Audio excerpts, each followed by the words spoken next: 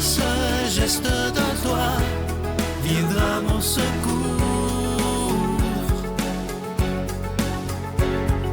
Viens semer dans mon âme le grain de l'amour.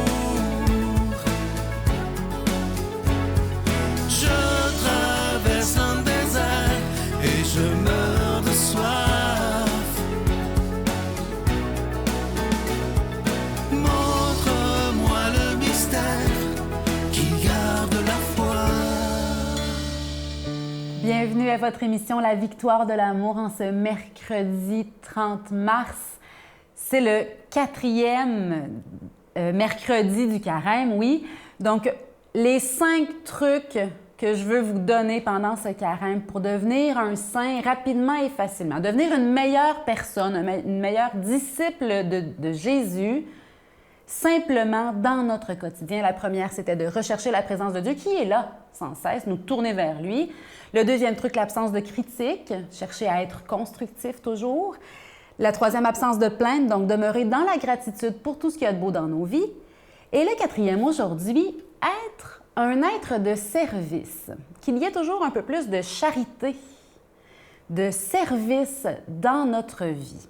Bon, Jésus l'a fait, nous sommes ses disciples, c'est un moyen de devenir une meilleure personne que de chercher à rendre service.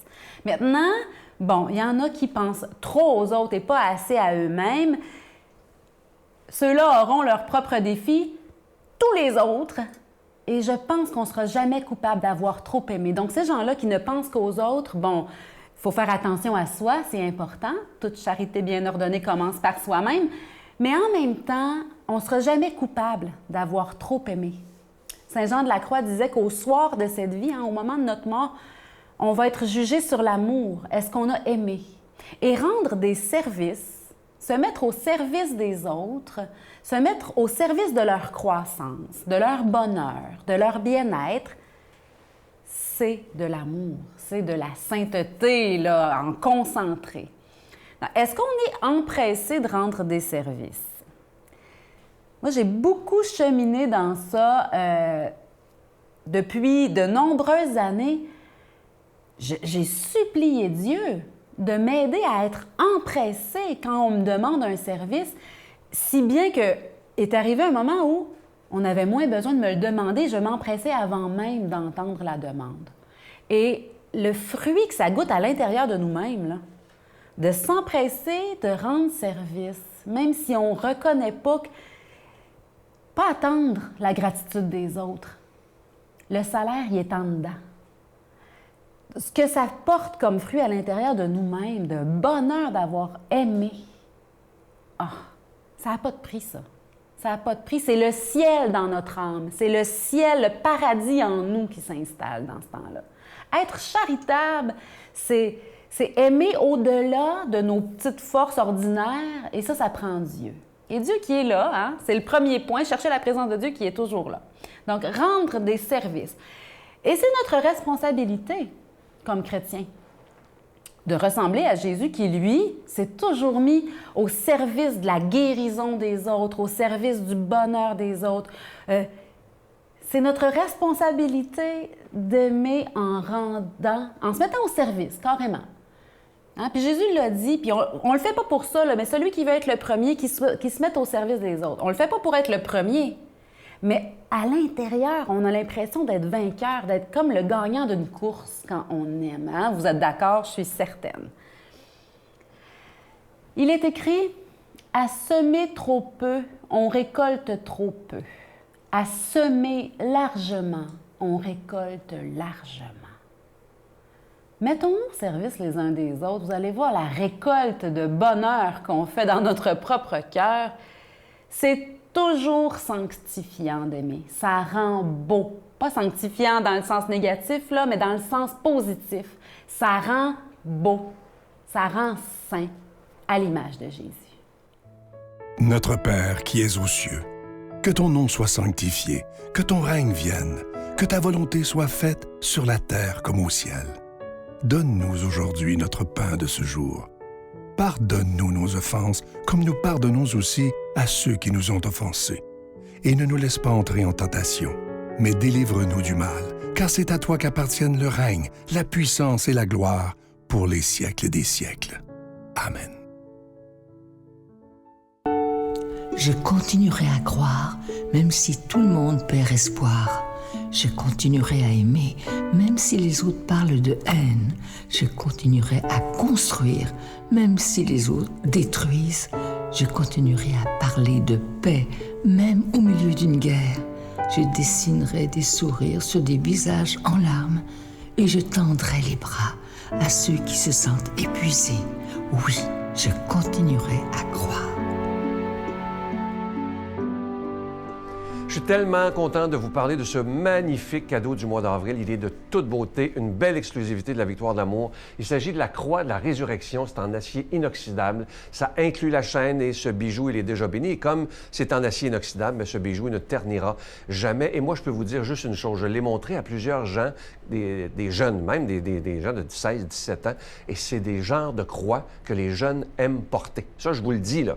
Et elle est de toute beauté. Moi, je dois vous dire là, que je la trouve très, très belle. C'est de grande qualité. Vous la recevrez avec un don de 25 $ et si vous en voulez deux, avec un don de 40 $. Je vous donne l'adresse. La Victoire de l'amour, case postale 120, succursale Boucherville à Boucherville, le J4B 5E6. Je vous la redonne. La Victoire de l'amour, case postale 120, succursale Boucherville à Boucherville, le J4B 5E6. Également par téléphone, par carte de crédit du lundi au vendredi de 8h30 à 16h30 dans le 514-523-4433, 523-4433 ou sans frais le 1-888-811-9291, 1-888-811-9291 et aussi sur notre site Internet. Vous savez que c'est une façon très rapide, sécuritaire et efficace de faire votre don, le www.lavictoiredelamour.org. Alors, je vous redis ce magnifique cadeau du mois. Il s'agit de la croix de la résurrection en acier inoxydable. Ça inclut la chaîne et c'est déjà béni. Et vous voyez que la croix est un peu différente. C'est la croix que les Grecs se servent dans la religion grecque, la religion catholique, mais grecque, là.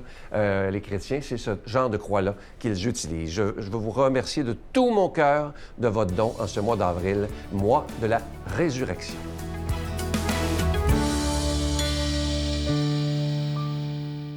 Mon Dieu, donnez-moi la sérénité d'accepter les choses que je ne peux changer, le courage de changer les choses que je peux et la sagesse d'en connaître la différence.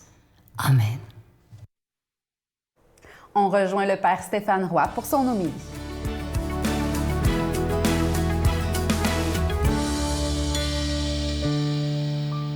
Bonjour à toi, bon mercredi. Évangile de Jésus-Christ selon saint Jean. Après avoir guéri le paralysé un jour de sabbat, Jésus déclara aux Juifs : « Mon Père, jusqu'à maintenant, est toujours à l'œuvre, et moi aussi je suis à l'œuvre. » C'est pourquoi, de plus en plus, les Juifs cherchaient à le faire mourir, car non seulement il violait le repos du sabbat, mais encore, il disait que Dieu était son propre Père, et il se faisait ainsi l'égal de Dieu. Jésus reprit donc la parole. Il leur déclarait : « Amen, amen, je vous le dis. Le Fils ne peut rien faire de lui-même. Il fait seulement ce qu'il voit faire par le Père. Ce que fait celui-ci, le Fils le fait pareillement. Car le Père aime le Fils et lui montre tout ce qu'il fait. Il lui montrera des œuvres encore plus grandes, si bien que vous serez dans l'étonnement. Quand, comme le Père, en effet, relève les morts et leur donne la vie, le Fils lui aussi donne la vie à qui il veut. Car le Père ne juge personne. Il a donné au Fils tout pouvoir pour juger, afin que tous honorent le Fils comme ils honorent le Père. Celui qui ne rend pas honneur au Fils ne rend pas non plus honneur au Père qui l'a envoyé. Amen, amen, je vous le dis. Celui qui écoute ma parole et croit au Père qui m'a envoyé, celui-ci là obtient la vie éternelle et il échappe au jugement, car il est déjà passé de la mort à la vie. Amen, amen, je vous le dis, l'heure vient, et c'est maintenant, où les morts vont entendre la voix du Fils de Dieu, et ceux qui l'auront entendu vivront, comme le Père a la vie en lui-même. Ainsi a-t-il donné au Fils d'avoir la vie en lui-même. Et il lui a donné le pouvoir de prononcer le jugement, parce qu'il est le Fils de l'homme. Ne soyez pas surpris. L'heure vient où tous ceux qui sont dans les tombeaux vont entendre sa voix, et ils sortiront. Ceux qui ont fait le bien, ressuscitant pour entrer dans la vie, ceux qui ont fait le mal, ressuscitant pour être jugés. Moi, je ne peux rien faire de moi-même. Je rends mon jugement d'après ce que j'entends, et ce jugement est juste, parce que je ne cherche pas à faire ma propre volonté, mais la volonté de celui qui m'a envoyé. Eh bien, à l'approche de la Semaine sainte, il est normal qu'on lise la volonté. Eh bien, de faire mourir Jésus, de le condamner. Et le motif qui se dessine dans ce texte est la relation privilégiée que Jésus a avec Dieu, qu'il appelle Abba, Père, son Père. Jésus a vécu sa passion. Jésus a vécu son vendredi saint. Jésus a déjà vécu son dimanche de Pâques. Et nous en ferons mémoire. Mais toi, cette année, c'est peut-être l'occasion pour toi de regarder, de voir quelles sont les attaques à ta relation à Dieu. Et comment l'appelles-tu, toi, ton Dieu? Est-ce que, comme Jésus, tu l'appelles Papa? Abba? Est-ce que, comme Jésus, il est pour toi la source? Est-ce que, comme Jésus, pour toi, il est sans jugement? Est-ce que, pour toi, il est celui que tu regardes, que tu écoutes pour inspirer tes actions et tes paroles? Et est-ce qu'on en veut à ta relation à Dieu? Et si on en veut, qui? Quelle idéologie? Quelle menace ta relation privilégiée avec Dieu, eh bien, a-t-elle? C'est une manière, je crois, de vivre notre carême et de vivre Pâques, de pouvoir ressusciter dans une relation à Dieu, à la source, d'une manière nouvelle. Eh bien, en ce milieu de semaine, que le Seigneur nous bénisse et nous donne de cheminer vers Pâques. Je vous salue Marie, pleine de grâce. Le Seigneur est avec vous. Vous êtes bénie entre toutes les femmes, et Jésus, le fruit de vos entrailles, est béni. Sainte Marie, Mère de Dieu, priez pour nous pécheurs, maintenant et à l'heure de notre mort. Amen.